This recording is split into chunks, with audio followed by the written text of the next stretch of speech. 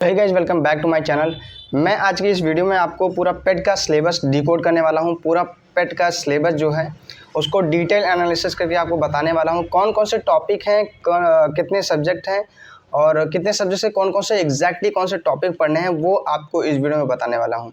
तो वीडियो को लास्ट तक जरूर देखिएगा, एक भी पॉइंट मिस मत कीजिएगा। चलिए वीडियो को स्टार्ट करते हैं। जैसा कि आप लोग जानते हैं कि पेट का फॉर्म निकल चुका है। 14 मई से उसकी फॉर्म फिलिंग शुरू हो जाएगी और 17 जून तक चलेगी। लास्ट डेट उसकी ये है, ठीक है। और उसकी फ़ीस जो है ओबीसी और जनरल की 185 है, ठीक है। अभी तक आप लोगों ने अगर पेट का फॉर्म नहीं भरा तो भर दीजिएगा, क्योंकि इस साल 2025 में जो पेट होने वाला है उसकी वैलिडिटी 3 साल रखी गई है, ठीक है। वो 3 साल तक मान्य रहेगा। पेट ने जो अपना सिलेबस भेजा है उसमें लगभग 15 सब्जेक्ट, कह सकते हैं कि 15 सब्जेक्ट में से आएंगे। उन 15 सब्जेक्ट में से कौन कौन से एग्जैक्टली टॉपिक हैं वो मैं आपको इस वीडियो में बताऊंगा। तो सबसे पहले आता है इंडियन हिस्ट्री, यानी कि हिस्ट्री का। हिस्ट्री में से कौन कौन से, सारी पूरी अभी हिस्ट्री नहीं पढ़नी है, उसने सिलेबस में दिया गया है, टॉपिक बताई गई है कि सिर्फ आपको इतना ही पढ़ना है। और कौन कौन से टॉपिक हैं, जैसे कि है इंडियन वैली सिविलाइजेशन, ठीक है। उसके बाद आती है वैदिक कल्चर, ठीक है। उसके बाद आती है बुद्धिज़्म, ठीक। बुद्धिज़्म में गौतम बुद्ध की बायोग्राफीज और उनकी टीचिंग से रिलेटेड सिर्फ इतना ही पूछा जाएगा और कुछ नहीं पूछा जाएगा। उसके बाद आता है जैनिज़्म, यानी कि महावीर के बारे में उनकी बायोग्राफी पूछी जाएगी, उनकी टीचिंग्स। उसके बाद आता है मौर्यन डायनेस्टी। अब मौर्यन डायनेस्टी में सबको नहीं पढ़ना है, मौर्यन डायनेस्टी में सिर्फ 2 ही को पढ़ना है। कौन कौन से, समुद्रगुप्त को पढ़ना है और चंद्रगुप्त सेकंड को पढ़ना है, ठीक है। इतना ही पढ़ना है मौर्यन डायनेस्टी से। उसके बाद आती है हर्षवर्धन डायनेस्टी, ठीक है। हर्षवर्धन डायनेस्टी से पढ़ना है। उसके बाद राजपूत पीरियड्स के बारे में पढ़ना है, ठीक है। उसके बाद सल्तनत पीरियड के बारे में पढ़ना है। फिर मुगल एम्पायर के बारे में पढ़ना है। फिर मराठास के बारे में पढ़ना है।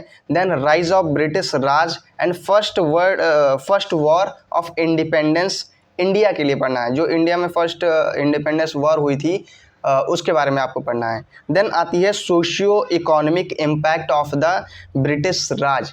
इतना ही है इंडियन हिस्ट्री का सिलेबस। आपको सिर्फ इतने ही टॉपिक आपको कवर करने हैं, ठीक। तो जो हमारा नेक्स्ट सब्जेक्ट है वो है इंडियन नेशनल मूवमेंट। इसको एक टॉपिक की तरह हम लोग पढ़ते हैं, लेकिन अभी पेट ने जो बताया तो इसको एक सब्जेक्ट मान के चलेंगे, ठीक है। तो ये इसमें आपको कौन कौन से पढ़ने हैं, जो कि इंडिया में नेशनल मूवमेंट हुए थे इंडिपेंडेंस से रिलेटेड, ठीक है। वो सारे टॉपिक आपको पढ़ना है। अब कौन कौन से नेशनल मूवमेंट हुए थे, वो सभी मूवमेंट के बारे में आपको नहीं पढ़ना है। पेट ने बाकायदा आपको बता रखा है कि आपको सिर्फ इतने ही मूवमेंट पढ़ने हैं।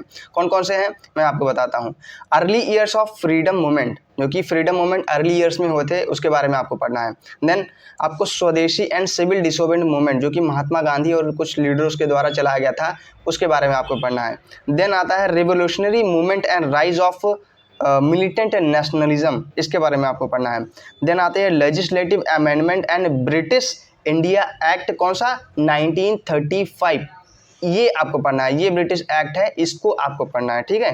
देन आता है अपना क्विट इंडिया मूवमेंट, जो कि क्विट इंडिया मूवमेंट में क्या है कि आज़ाद हिंद फौज के बारे में आपको पढ़ना है और सुभाष चंद्र बोस के बारे में आपको पढ़ना है। इतना ही पढ़ना है आपको इंडियन नेशनल मूवमेंट के बारे में। इतने ही टॉपिक हैं और इसमें से 5 नंबर पूछे जाएंगे, यानी कि 5 क्वेश्चन सिर्फ पूछे जाएंगे, ठीक है। तो आप अगर बेसिक भी आप इसका पढ़ लेते हैं तो आप एक अच्छा स्कोर कर पाएंगे अपने पेट के एग्जाम में, ठीक है। अब हम आगे बढ़ते हैं। तो हमारा जो नेक्स्ट सब्जेक्ट है वो है ज्योग्राफी का। अब ज्योग्राफी में कितना पढ़ना है, कौन सा, किससे पढ़ना है, तो वो है ज्योग्राफी का physical geography of India and the world, ठीक है।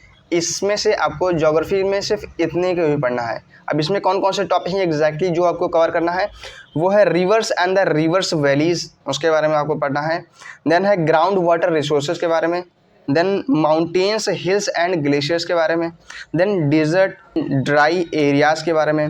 देन छुन एक करके नाम है उसको आपको पढ़ना है। देन मिनरल रिसोर्सेज के बारे में, स्पेशली जो कि इंडिया में है, मिनरल रिसोर्सेज कौन कौन से कहाँ पाए जाते हैं, किस प्लेस पे, वो उसके बारे में आपको पढ़ना है। देन आता है political geography of India and the world. इसके बारे में आपको थोड़ी बहुत नॉलेज, बेसिक नॉलेज होगी, तभी आप अच्छा स्कोर कर ले जाएंगे। कौन कौन से, इसमें से कौन कौन से एग्जैक्टली टॉपिक्स हैं, तो वो है क्लाइमेट एंड वेदर के बारे में। देन आपका आता है टाइम जोन। देन आता है डेमोग्राफिक चेंज एंड माइग्रेशन।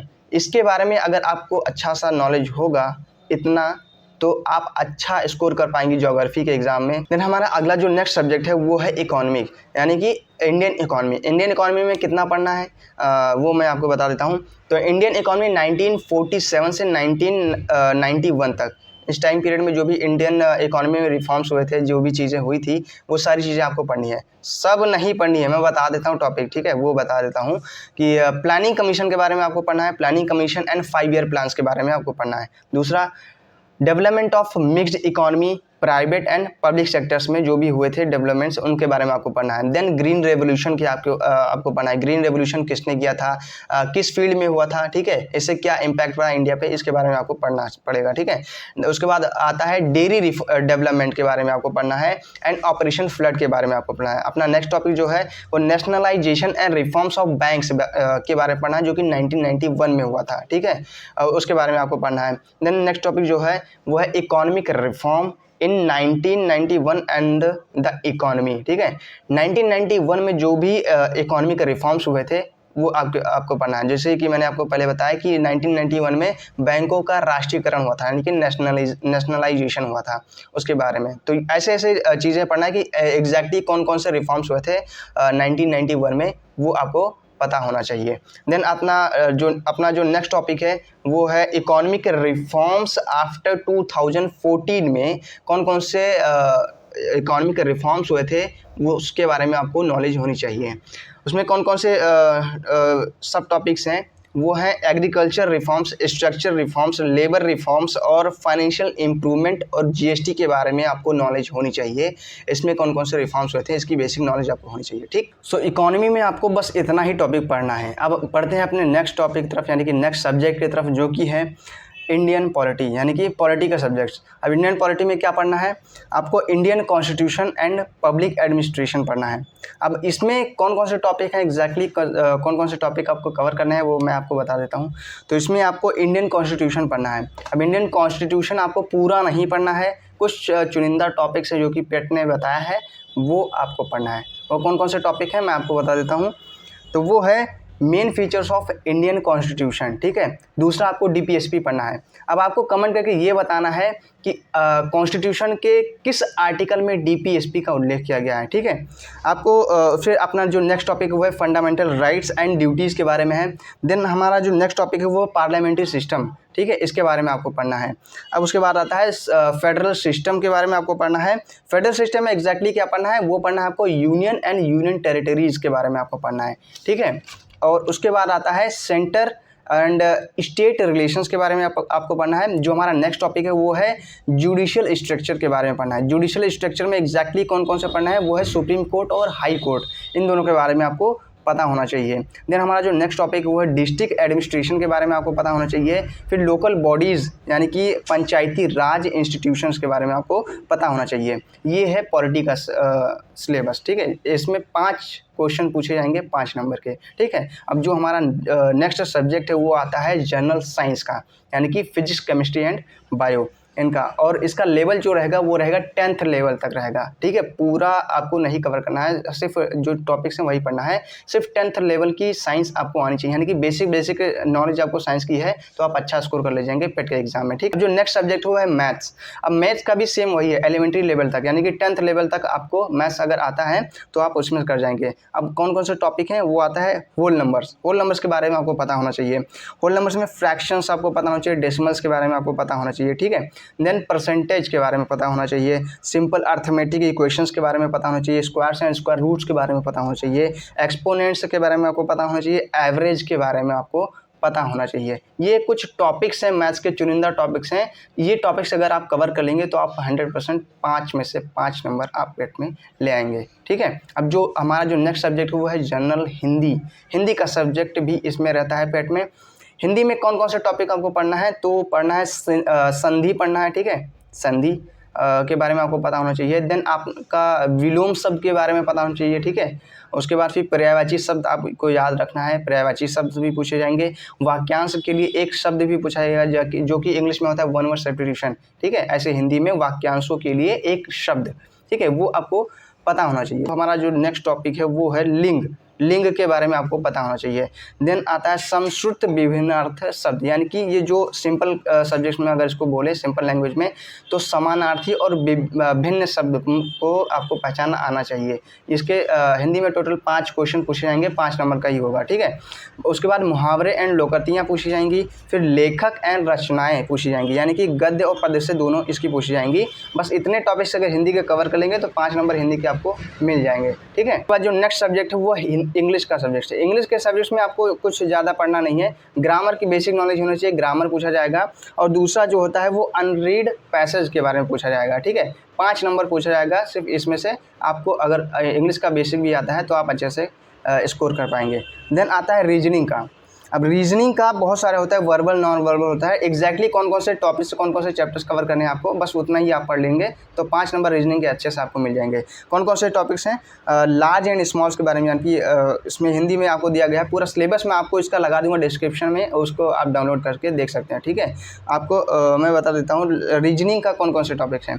तो रैंकिंग के बारे में होना चाहिए, एंड रैंकिंग एंड ऑर्डर, ठीक है। दूसरा जो टॉपिक है ब्लड रिलेशन से रिलेटेड है, ब्लड रिलेशन आपको आना चाहिए करना। फिर separating the fraction from the groups के बारे में आपको पता होना चाहिए। कैलेंडर एंड क्लॉक के बारे में आपको नॉलेज होनी चाहिए। देन कॉज एंड इफेक्ट्स के बारे में पता होना चाहिए, ये चैप्टर आप पढ़ लीजिएगा रीजनिंग में। और उसके बाद आता है कोडिंग डिकोडिंग। कोडिंग डिकोडिंग में आपको नंबर्स एंड लेटर्स के बारे में पता होना चाहिए, तो इसमें से ये कवर कर लेंगे तो आप रीजनिंग में अच्छा स्कोर करेंगे। और एक और टॉपिक है जो है deductive reasoning, statement analysis and decision making. आपको ये इतना कवर करना है रीजनिंग में, इतना सिर्फ कवर करना है, इतना कवर करके आप अच्छा स्कोर कर पाएंगे, ठीक है। अपना जो नेक्स्ट है वो है करंट अफेयर। अब करंट अफेयर में से 10 नंबर आपको दिए जाएंगे, 10 क्वेश्चन पूछे जाएंगे करंट अफेयर से। करंट अफेयर कौन कौन से, इंडियन एंड ग्लोबल दोनों करंट अफेयर आपको कवर करने हैं, उसमें से आपको 10 नंबर मिल जाएंगे करंट अफेयर से। देन अपना जो नेक्स्ट सब्जेक्ट है वो है जनरल अवेयरनेस से, ठीक है। जनरल अवेयरनेस यानी कि एक तरीके से समझ लो स्टैटिक जीके जिसको बोलते हैं वो, ठीक है। अब इसमें से आपको 10 नंबर दिए जाएंगे, 10 क्वेश्चन इसमें से पूछे जाएंगे, ठीक है। तो कौन कौन से टॉपिक हैं जो कि जनरल अवेयरनेस से पूछे जाएंगे, वो है इंडियाज़ नेबरिंग कंट्रीज़ के बारे में पूछा जाएगा, ठीक है। उसके बाद फिर कंट्री कैपिटल एंड करेंसी के बारे में पूछा जाएगा। Then states and union territories of India के बारे में पूछा जाएगा।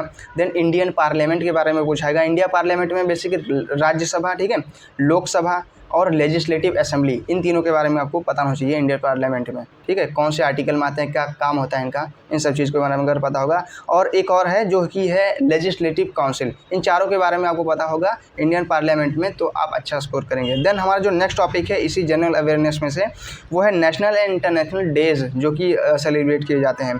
फिर world organization and their headquarters कहाँ कहाँ पर हैं, और कौन कौन से ऑर्गेनाइजेशन, वर्ल्ड ऑर्गेनाइजेशन जैसे कि हमारा IMF हो गया, ठीक है, फिर WHO हो गया, ठीक है, WTO हो गया, ये world trade organization, world health organization जो कि यूनिसेफ हो गया, ये सारे वर्ल्ड लेवल के ऑर्गेनाइजेशंस हैं, तो इसके बारे में आपको पता होना चाहिए। और इसके हेडक्वार्टर्स कहाँ कहाँ पर हैं वो आपको नॉलेज होनी चाहिए। देन हमारा जो अगला टॉपिक है वो है इंडियन टूरिस्ट प्लेसेस। कौन कौन से टूरिस्ट प्लेस हैं, जैसे कि आगरा हो गया, ठीक है, लाल किला जहाँ पर है, कई सारे ऐसे टूरिस्ट प्लेस हैं इंडिया में, वो उसके बारे में आपको नॉलेज होनी चाहिए, ठीक है, ये पूछ सकता है क्वेश्चन। उसके बाद फिर आर्ट एंड कल्चर से पूछा जाएगा, आर्ट कल्चर ऑफ इंडिया के बारे में, इसके टॉपिक से। देन नेक्स्ट टॉपिक जो है इंडिया एंड वर्ल्ड स्पोर्ट्स के बारे में पूछा जाएगा, कौन कौन से स्पोर्ट्स हैं इंडिया में और वर्ल्ड में खेले जाते हैं उसके बारे में पता होना चाहिए। इंडियन रिसर्च ऑर्गेनाइजेशंस के बारे में पूछा जाएगा। फेमस बुक्स एंड ऑथर्स के बारे में भी पूछा जाएगा। देन अवार्ड्स एंड विनर्स के बारे में पूछा जाएगा। और उसके बाद लास्ट जो है टॉपिक वो है क्लाइमेट चेंज एंड इन्वायरमेंट के बारे में आपको पता होना चाहिए। बस जो जनरल अवेयरनेस का है सिर्फ इतना ही टॉपिक है, आपको इसका कवर कर लेंगे, 10 नंबर आपको मिल जाएंगे इसके। देन जो नेक्स्ट सब्जेक्ट्स कह सकते हैं वो है, बल्कि ये हिंदी में ही जोड़ा जाएगा, लेकिन इसमें आपको 10 नंबर दिए जाएंगे, 10 क्वेश्चन पूछे जाएंगे। कौन सा टॉपिक है ये है decision and analysis of unread Hindi prose से, जो कि 2 प्रोज इसमें दिए जाएंगे और जो कि 5 यानी कि 5 क्वेश्चन ईच से रहेगा, ठीक है। एक प्रोज से 5 क्वेश्चन 5 नंबर, दूसरे प्रोज से 5 क्वेश्चन 5 नंबर, यानी कि 10 नंबर आपको इससे मिलेगा। देन जो नेक्स्ट है वो है ग्राफ का। अब ग्राफ का 20 नंबर पूछा जाएगा, ठीक है। पहला जो ग्राफ होगा वो interpretation and analysis of graph, 2 graph इसमें दिए जाएंगे, 5 क्वेश्चन दोनों से पूछा जाएगा। और दूसरा होगा वो होगा टेबल ग्राफ होगा, यानी कि table interpretation and analysis, 2 table दिए जाएंगे, ठीक है, 5 क्वेश्चन उसमें से पूछा जाएगा, दोनों मिला के 20 नंबर आपको होगा। अगर मैथ का आपको बेसिक आपको उसमें पढ़ लिया आपने, हैं। अगर वो ना भी पढ़ा होगा मैथ्स का, लेकिन आपने ग्राफ अच्छे से कंप्लीट कर लिया तो 20 नंबर आपको ग्राफ के मिल जाएंगे अकेले, ठीक है। तो ये था पूरा पेट का सिलेबस, ठीक है। पूरा मैंने आपको टॉपिक बता दिया एग्जैक्टली कौन कौन से टॉपिक पढ़ना है, कितना पढ़ना है, ताकि आप अच्छे से पेट के एग्जाम में स्कोर कर पाएँ, ठीक है। तो आई होप आपको ये वीडियो हेल्पफुल लगा होगा। हेल्पफुल लगा तो वीडियो को लाइक, चैनल को सब्सक्राइब जरूर कीजिएगा। मिलते हैं नेक्स्ट वीडियो में, तब तक के लिए गुड बाय।